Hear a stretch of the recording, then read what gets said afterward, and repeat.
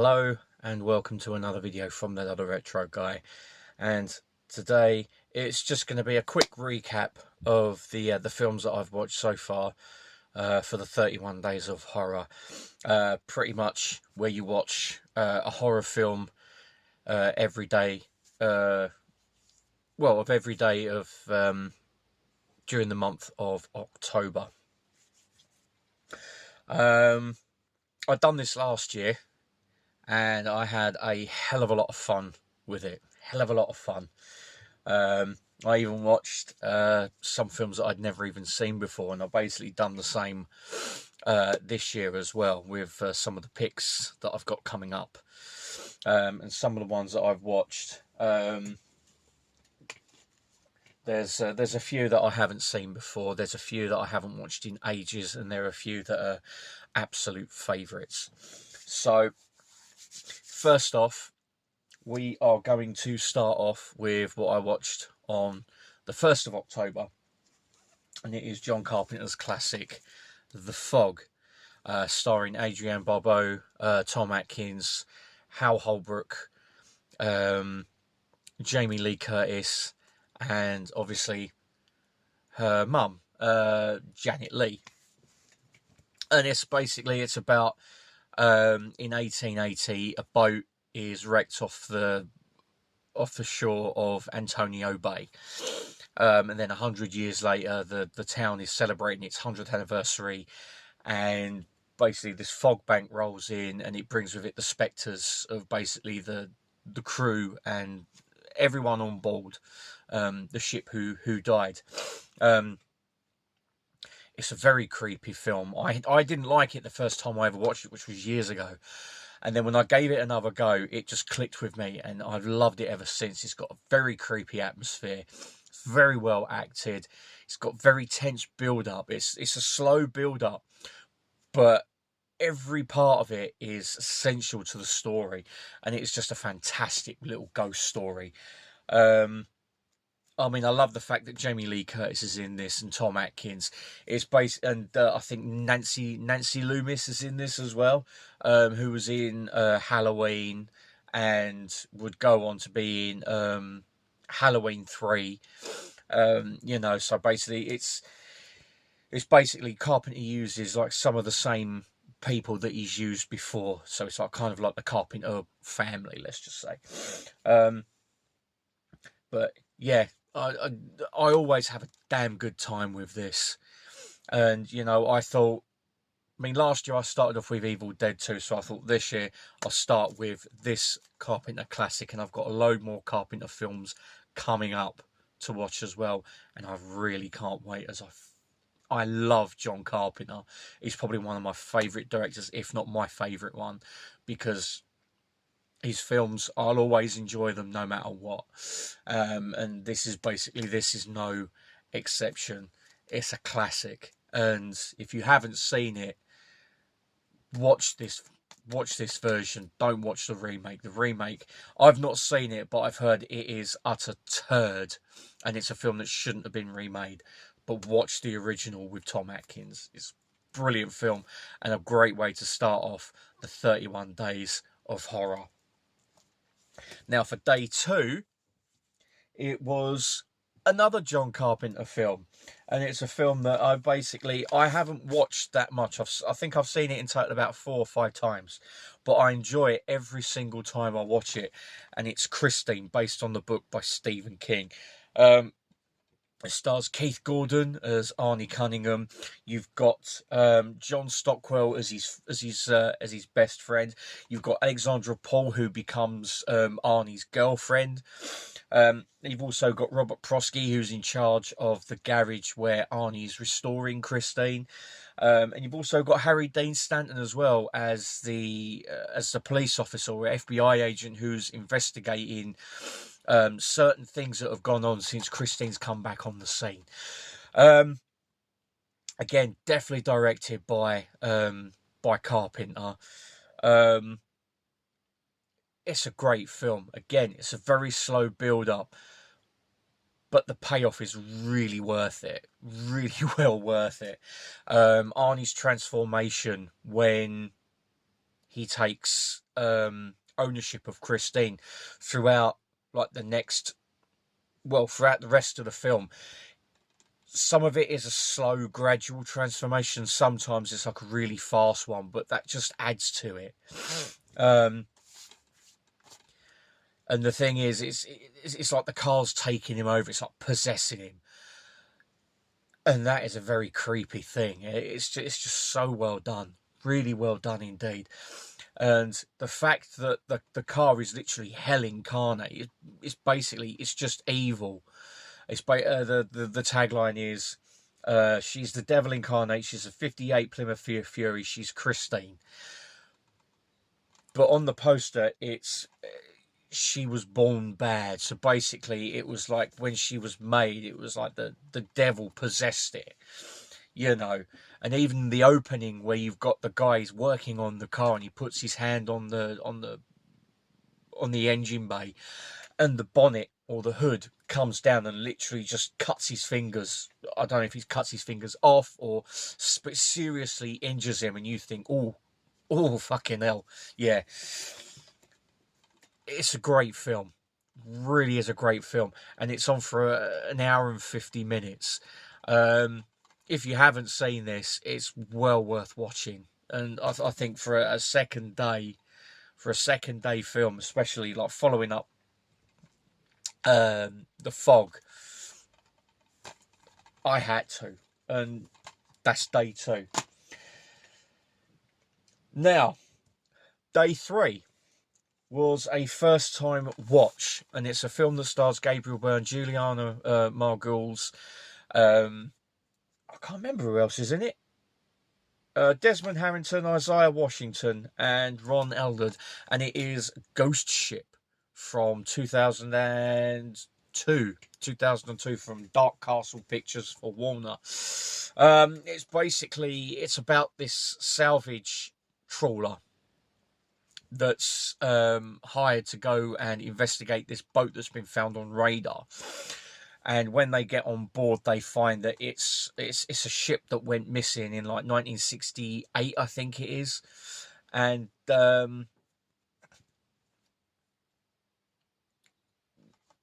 it's just some very creepy goings on, you know.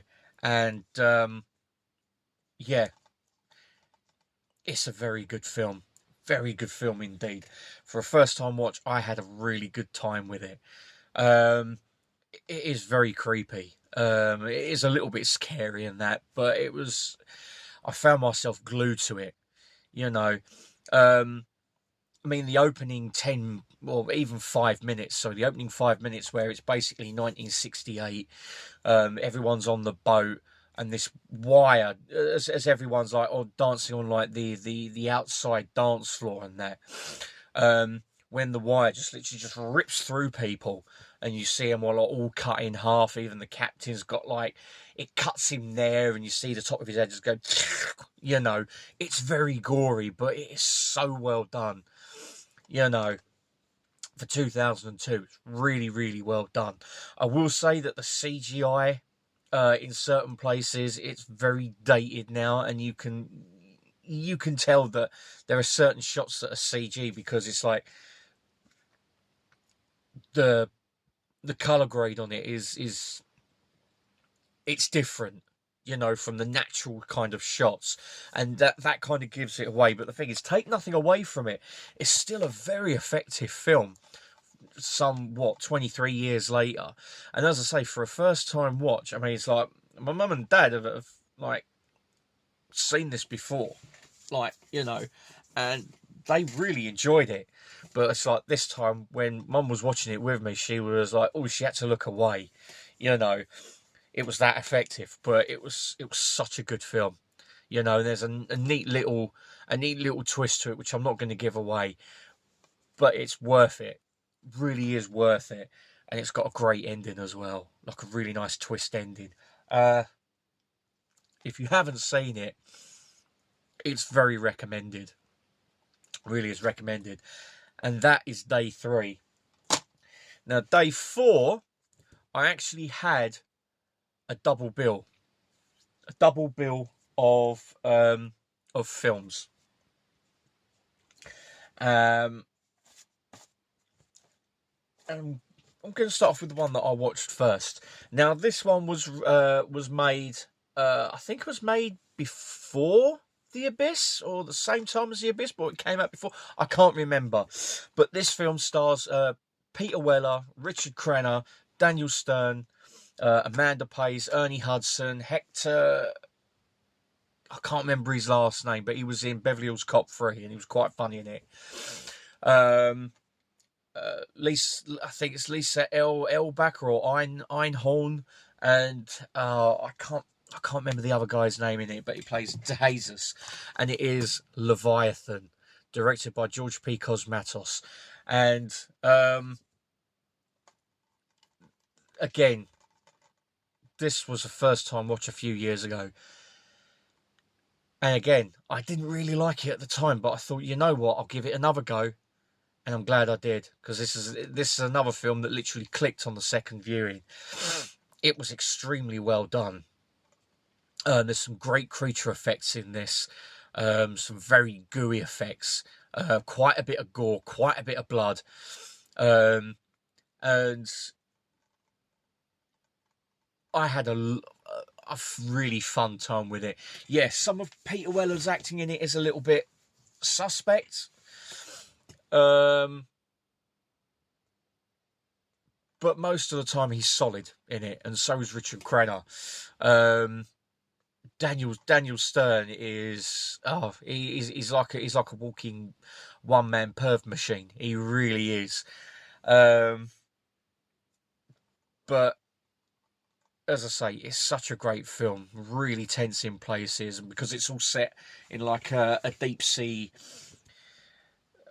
like kind of shack for like the miners and that, and they're supposed to be going back up top, but because there's apparently a storm, and it's just after they've found the Russian ship Leviathan, which has been sunk, that they find all these things on board, and basically it's all to do with genetic mutations and stuff like that, and that's when the shit hits the fan.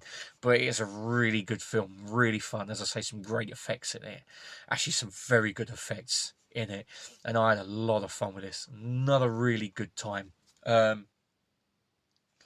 worth picking up. I mean, this Shout Factory Blu-ray's only got an interview. Hector Elizondo. His name's on the bleeding back, isn't it? Pillock. Yeah, there's an interview with actor Hector Elizondo, creature effects artist Alec Gillis, and Tom Woodruff Jr., who end up doing the alien effects in the later Aliens movies, I think it was. And there's also a theatrical trailer. But you know what? I'm glad to have this because it's such a fun film. Really is a fun film. And that is the first of a double bill of day 4. Now, the second of the double bill it was a first time watch. After watching the 1990 remake before the 31 Days of Horror, I was really eager to check it out, and I really enjoyed it. I thought, you know what? I'll go back to the original and see what the fuss was about. And I'd had the 4K of this for quite a while, and I thought, you know what, it'd be a perfect time to watch it for the first time, and I'm glad I did. It was a good film, really good film. It's not a film that I'll watch often, but it's a film that I will go back to. Actually, no, saying that, it was better than good. It was excellent. It was excellent. And it's The Night of the Living Dead, the original 1968 black and white film from George A. Romero. Everyone knows the plot line of this. You know, farm gets besieged by zombies with like 7 survivors inside, and they have to survive. That's all it is. I mean, for a 1968 film, it had quite a bit of gore in it for the time. You know, I mean, obviously at the time you had Herschel Gordon Lewis doing his horror films with loads of blood being shed and like quite a bit of gore and that. So basically they were all pushing the boundaries of horror at that time. And so did George A. Romero, especially on the shoestring budget that he used for this. And also, it has like social commentary as well about like racism and stuff like that. Especially casting Dwayne Jones, an African American guy, in the main role of Ben. That was something that had never been done before, like in like a film made by white people. You know, so it was pushing boundaries even then. And I have to give it credit for that. I mean, it was a great film anyway. And to have that was, as I say, back then. I mean, yeah, I know you had in Star Trek, you had Nichelle Nichols as Uhura. And that was boundary pushing as well as like the first interracial kiss in, like, I think it was the 3rd season. But to have an African American as the main star in a white American movie, that's something that had never been, well, to my knowledge, had never been seen before. And that is why I like this. You know, it's an excellent film. Really enjoyed it. Is the remake better? I think it is in certain ways. I enjoyed the remake a bit more, you know. But take nothing away from this. I thought it was excellent. You know, an excellent opening act to the original Dead trilogy, and it's one that I will rewatch definitely. So that was the second of the double bill for day 4. Now day 5 is a horror comedy, in fact, and it's one that is, well, it's a favourite of mine from 1984, and it's a film that I could get away with watching it in like my 25 days of Christmas as well, that I'm going to be doing. And it is, of course, Joe Dante's 1984 classic Gremlins, starring Zach Galligan, Phoebe Cates, Hoyt Axton, Francis Lee McCain, Dick Miller, and a whole host of gremlins. Yeah, what else? What can be said about Gremlins that hasn't been said already? It is a classic of 80s cinema. It really is. It's got some great special effects from Chris Wallace, some great stop motion animation where you've got all the gremlins coming out of the darkness after they're birthed in the YMCA swimming pool. And yeah, it's just crazy, absolutely crazy. It's funny. There's some scary bits in there as well, and it had to be watched for day 5. So I'm losing track of the bleeding days now that I'm done.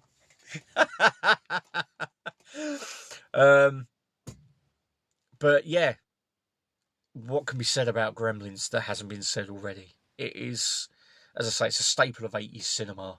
You know, it's a staple of 80s horror cinema and of 80s Christmas cinema as well. So, and, you know, it's Gremlins. You know, fantastic film.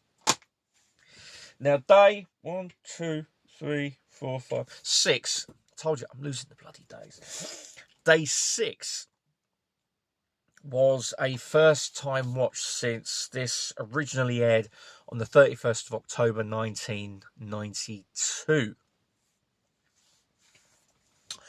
And yeah, back then when this showed on BBC One, it frightened the pants off me. I was only 10 years old, and yeah, this frightened the pants off me because I thought it was real. It's like loads of people around the country. No one knew it was real whatsoever, especially if they tuned in just after the thing started. You know, and even now there are certain parts that are are quite effective. I mean, yeah, there are still there are parts of it that are a little bit. The acting's a little bit suspect, but some parts of it still are quite, oh, bloody hell, you know. And it is Ghostwatch with Sarah Green, I can't remember his name now. Mike Smith, Craig Charles, and Michael Parkinson. And with that cast, it gives it a kind of air. Obviously, back then it gave it the air of authenticity. That they were investigating a haunting. But then when you look at it now, it's like, yeah, you can see it's a drama and that, but the way that it was done, for the time, it was extremely well done. Yeah, as I say, some of the acting was a little bit suspect.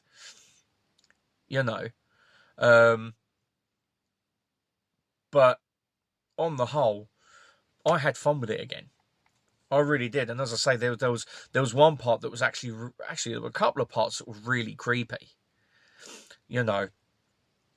It's like at the beginning, it shows you footage taken of like the girls' bedroom when like they're asleep, and you can just about make out something in the curtain, and then when they play it back, you can see it definitely there, and then when they play it back again, it had gone. So it was creepy like that. And there's a very slow build up to it, but when it gets going, it's like, wow, that's good. That's really, really good. It's not one that I would watch all that often, but when I do decide to watch it again, it's going to be a fun time again. Although I think this is one of those things that you can't watch over and over and over and over again for it to still have the kind of impact. It's one that you have to watch and then leave for a while and then watch again. So it's still kind of not fresh in your memory, but it's kind of fresh to you, But yeah, I enjoyed this again. I really did. And as I say, some quite creepy bits in it. But yeah, that was day 6, and that was Ghostwatch. Now, day 7, 8, 9, 10, 11. So yeah, day 7 is yet another John Carpenter directed movie and another classic. Well, I think it's an absolute classic. And this was done in 1995 with Sam Neill, Jurgen Prochnow, David Warner, John Glover, Julie Carmen, and the legend that is Charlton Heston. And it is In the Mouth of Madness. Now, this is going to get a 4K release from Arrow. I think it's near enough at the end of this month. Why the end of the month? I don't know. I would have thought start of the month would have been better. But still, this is an excellent film. It's John Carpenter's homage to H.P. Lovecraft and his works like Reanimator from Beyond and stuff like that. And I think it's Dagon as well. It's basically Sam Neill plays John Trent, who's an insurance investigator, and he's tasked with looking for the whereabouts of famed horror writer Sutter Kane, played by Jurgen Prochnow. And as his investigation kind of deepens, he starts to question whether it's reality or fantasy, and whether it's starting to like blur into one, and all this, that, and the other. And it's a really effective film. I still don't get some of it now, and that's the thing. I've seen this film a handful of times, more than a handful of times, and I'm still trying to work some of it out. It's like, is that real? Is that, like what's going on, But the thing is, it draws you in so much, not only from the performances, but the script and the story and everything, that you're still questioning everything. And it's a film that I keep thinking, is he dreaming that? Is he not dreaming it? Is he a character in a book or what? You never know. And that's the thing with so many twists and turns. Yes, it does leave you confused, I'll grant you. But the thing is, it's so well done that you're still questioning the film when you come away from it. You're thinking, hang on a minute, did is he literally a character in a book who's come to life, or you know, that's what's effective about it, and that's why it's such a great film. You know, there is blood in it. There's not gore, but there's blood. There's a creepy atmosphere. Something that John Carpenter is really good at, and it's just a fantastic film. And I always get a kick out of watching this. And yeah, if it's one that you haven't seen, get it watched. It comes another John Carpenter film that's highly recommended. Really is. And that, I keep having to look at the bleeding stack because I'm forgetting. And that was day 7, John Carpenter's In the Mouth of Madness. Now, day 8, I haven't got this film no more.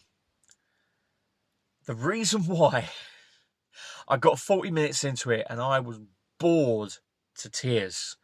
Absolutely bored. 2 things happened in the first 40 minutes and that was it.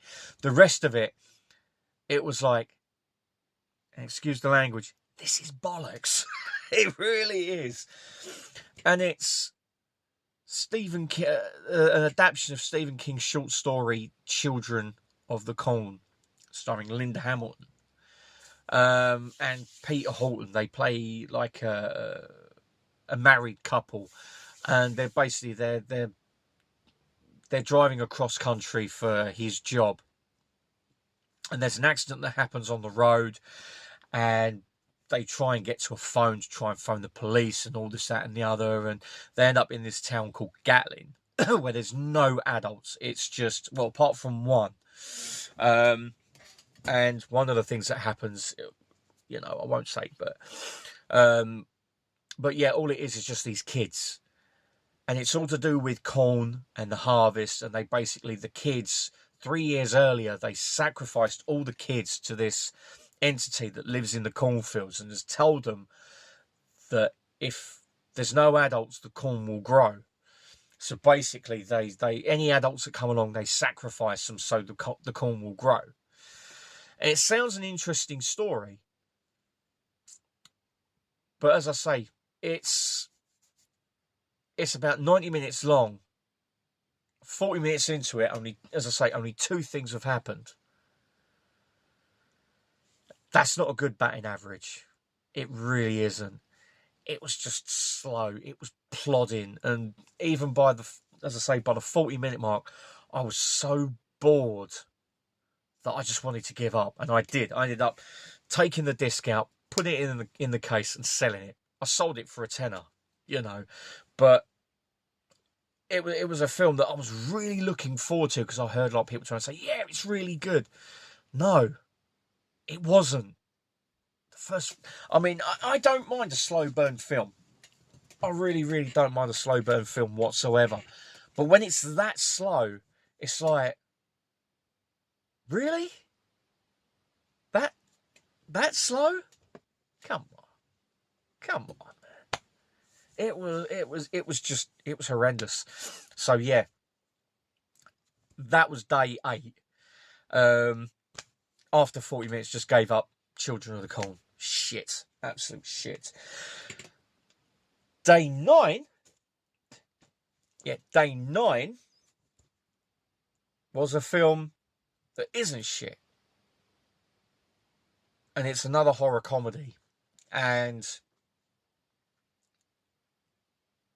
because I hadn't seen it for such a long time, we laughed our mouths off. We really did. It was so much fun. And the horror element was done exceptionally well, with like the undertone of comedy, you know. So it wasn't out and out horror, but there were the horror elements there, and you know, and it is Joe Dante's one of his other classics, The Burbs. Now, I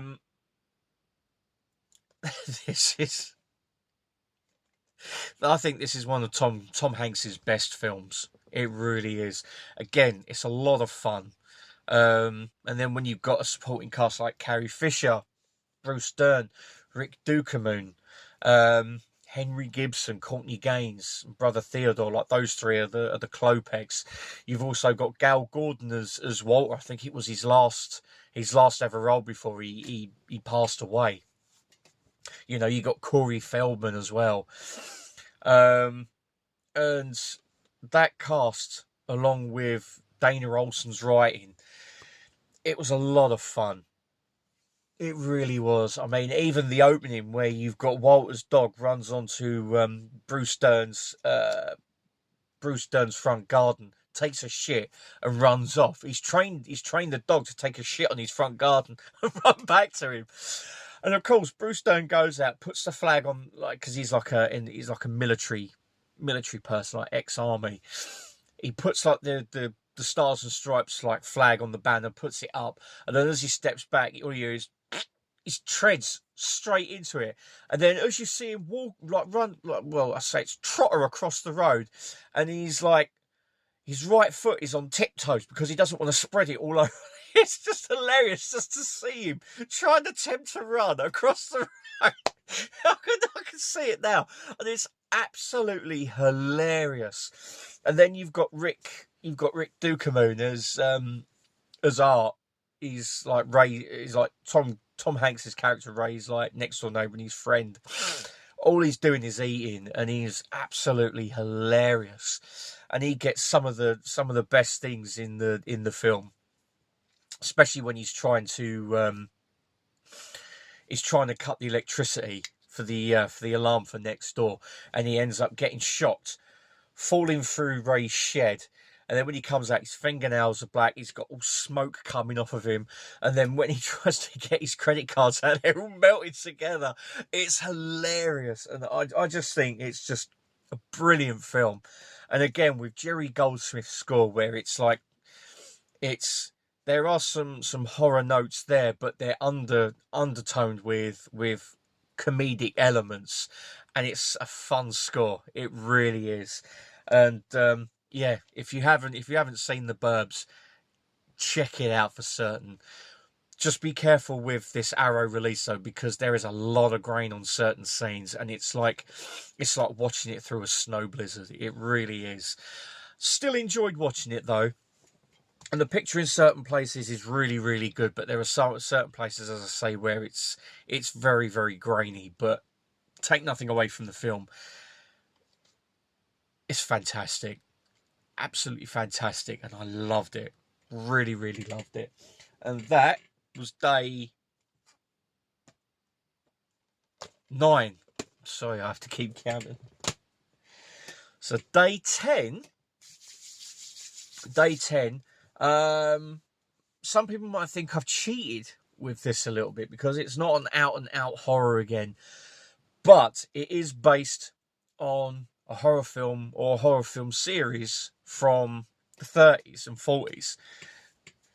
And it stars Brendan Fraser, Rachel Weisz, Arnold Vosloo, John Hannah, Oded Fahir, and Omid Jalili. And it is Stephen Sommers' The Mummy. Now, although this is more kind of Indiana Jones adventure-esque, there are still horror elements in there, or what I consider horror elements. You know, so basically, you know, I still consider it a part horror movie, so that's why I stuck it on. You know, what can't be said about this that hasn't been said already? It's a masterpiece. For me, it is a masterpiece. It's got a pace that never lets up. It's got some funny lines in it. As I say, it's got loads of Indiana Jones-esque action, and there is a smattering of horror as well. I mean, someone being mummified alive and having the scarabs thrown into the sarcophagus and eating him alive. That sounds quite horrific to me, you know. And basically seeing Imhotep regenerate gradually, and you've still got like bits that are kind of like decomposed and stuff like that. And you know, and bringing dead people back to life. That's quite horrific, near enough. But for me, it's still classed as a kind of sort of horror. So that's why I watched it. But I always have a damn good time with this. I've seen this so many times, and each time I still enjoy it. It's probably one of the best films of 1999. Yes, some of the CGI, again, is a bit dodgy. Actually, it's very dodgy indeed. Especially when you see Arnold Vosloo and he's got the patches of decomposition, like especially like one there and one now. And as he's moving, it's like it moves a split second later, so it's not lined up properly, you know. But it's still an awesome film. Awesome film. And I thought, you know what, yeah, that's got to be a choice for day 10. Will I watch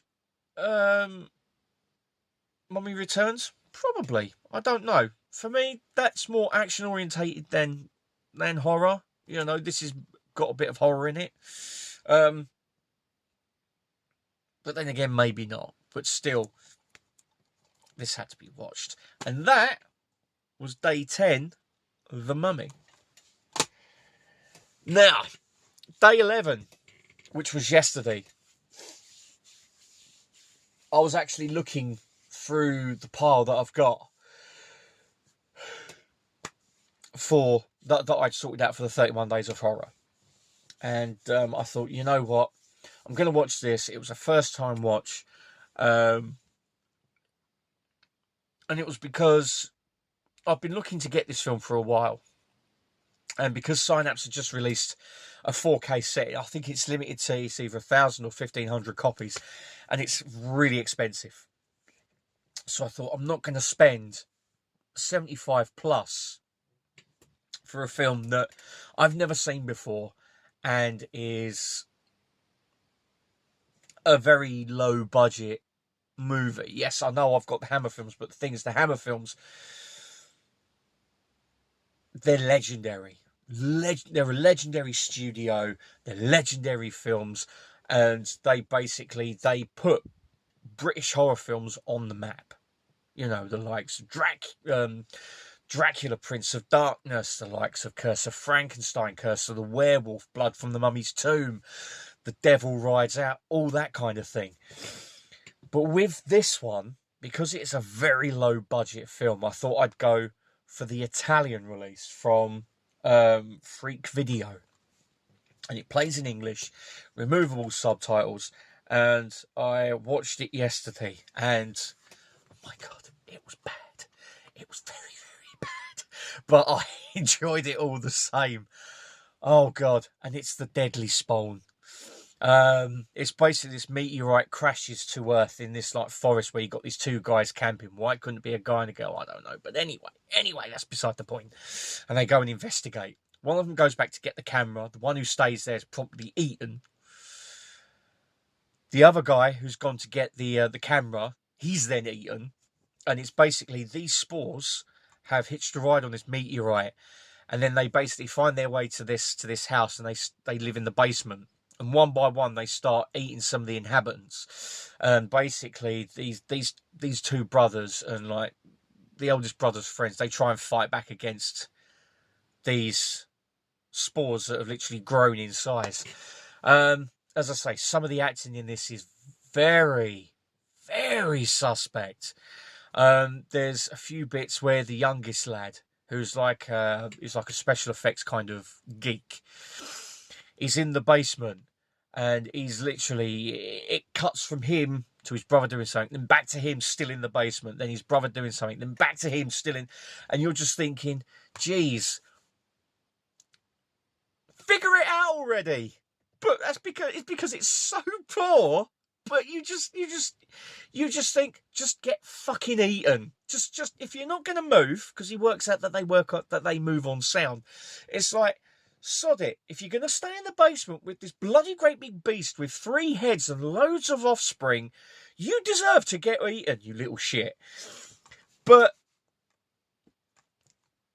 I must admit, for a very low budget film, they seem to have spent all the money on the special effects, which are actually very, very effective.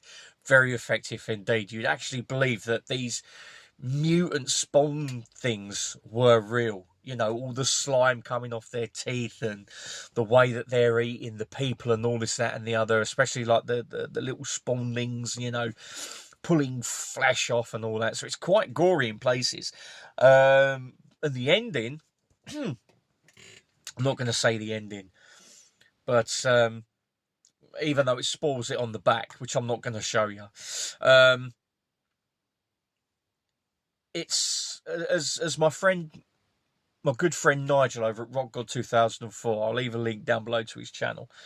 When I was messaging him about it, he said it's daft as arseholes, but it's a lot of fun, and I have to agree with him. It's shit. It's daft as arseholes, but it is fun. It is a lot of fun, I must admit. It's not going to be one that I rewatch often, but when I do, I know I'm in for a time. I really am in for a time. Although there is one part with I can't say. But let's just say you see bits, you know. So I suppose that adds to the value. I don't know, but yeah. So that was day 11, and that was the Deadly Spawn. Now today, day 12, I actually watched for the first time since I had the original DVD in 2004, I think it was. Hang on a minute. I've actually got the DVD here.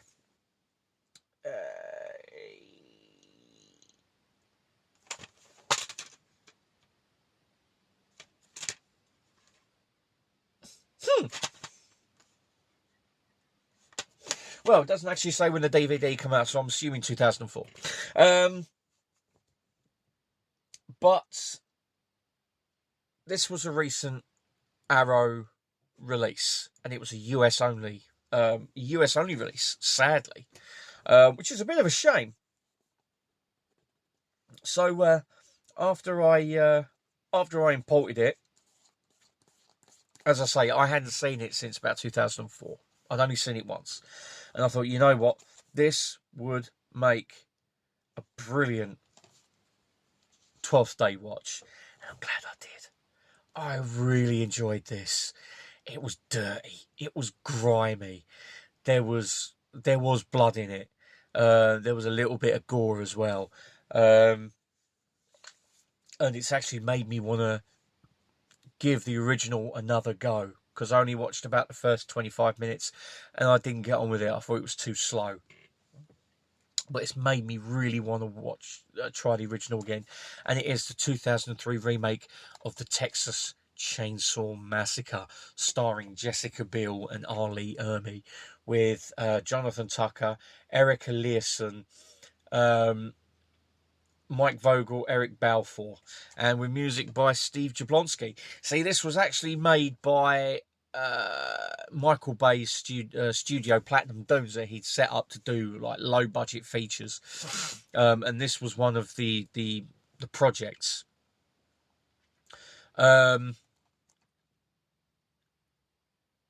a second viewing, my God, was it good!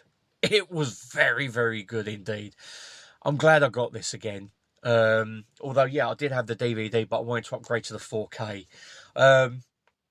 Wow. What a film. What a film. I really enjoyed it. I feel a little bit dirty about it, though, because it's such a, as I say, such a dirty, grimy film. And it is a very interesting take on the original Texas Chainsaw Massacre, released in 1974. But yeah, this was brilliant. Absolutely brilliant. There were some genuine kind of scenes where I went, oh, you know, and you know, not because it was scary, but because it was just like, You know, that kind of feeling where something happens to someone and you just go, it makes you feel all funny. You get that kind of feeling, you know. But my God, the effects were so good in this. Really, really were. I don't think there was any CG whatsoever. If there were, I couldn't tell. I really, really couldn't tell. There's one shot in this that's, whew, I still don't know how they done it, but it was brilliant. Absolutely brilliant. You know, it's not a film that I watch very often, but when I'm in the mood for it, this will be going on. Yeah, I can't say any more than that, really. But yeah, this really does not deserve the reception that it got from the critics. Critics, what the hell do they know? You know, this was a great film. Really great film. Really enjoyed it. And that was day 12. The Texas Chainsaw Massacre 2003 remake. So, that is all the horror films I've watched so far. There's been some comedy. There's been some out-and-out horror. There's been so utterly crap, it's been good films. So let's see what's next. You know, there's another 19 days, so another 20 horror films, because there's going to be a double on the 31st, which has to be done. It has to be done. There's more John Carpenter to come. There's more shocks, more scares. It's Halloween. Why not? Why not indeed? So, anyway, that's it for this video. This rundown of what I've watched so far for the 31 Days of Horror, or 31 Days of Halloween. I always call it 31 Days of Horror. It just makes more sense. Well, to me it does. But then I've always been weird. So, anyway, I hope you've enjoyed this video. And I'll be back again at some point soon with another one. And it might even be a continuation of what I've watched for this spooky season.